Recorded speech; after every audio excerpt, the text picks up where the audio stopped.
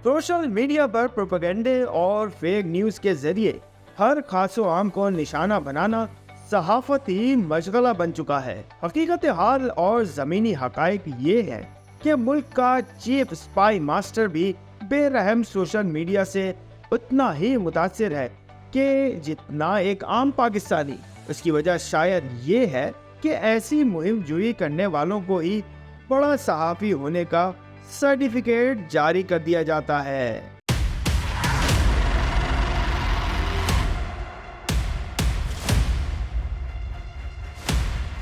DGISI lieutenant general Nadeem Anjum के हवाले से पिछले कई रोज से ये मनगढ़ंत खबर चलाई जा रही है कि उन्हें अमेरिका में पाकिस्तान का सफीर लगाया जा रहा है।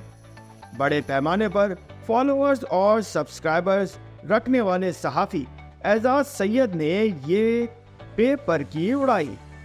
और फिर अहमद नूरानी समेत एक ही नेटवर्क के बड़े नामों समेत यूट्यूबर्स और एक्स सारिफीन की बड़ी तादाद ने इस फेक न्यूज को ब्रेकिंग न्यूज बनाकर फैला भी दिया।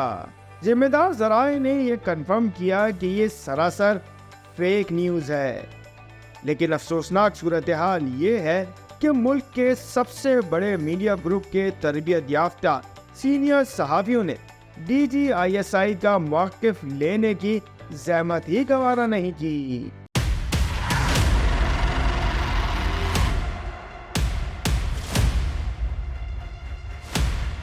अपनी फेक न्यूज में हकीकत का तड़का देने के लिए एजाज सैयद और नया दौर प्लेटफॉर्म ने तो मुल्क के चीफ स्पाई मास्टर का खुद साख्ता मौक़िफ़ भी शामिल कर दिया कि अमेरिका में सफीर लगने की उनकी जाती ख्वाहिश भी है। सितम बलाए सितम ये है कि जब इस फेक न्यूज की कहीं से भी तस्दीक नहीं हो सकी तो भी किसी बाज़मीर सहाफ़ी ने माजरत की ज़रूरत महसूस ही ना की, अपनी फेक न्यूज की तरदीद भी मुनासिब ना समझी।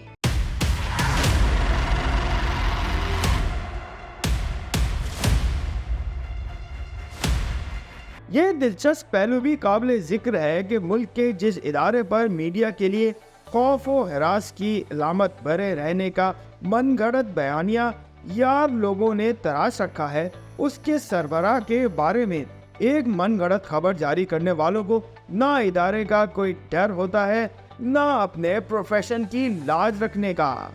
एहसास और ना ही कोई खौफ खुदा। ये पहली बार नहीं, फौज के सरबराह से लेकर DGISI, DGC major general Faisal Naseer और दीगर हसास पोजीशन पर फाइज शख्सियात के बारे में यकतरफा खबरें फैला दी जाती हैं। मीडिया की दिदा दिलेरी से अंदाजा लगाया जा सकता है कि ISI और इदारों के बारे में फैलाए गए अमूमी तासुर की असल हकीकत क्या है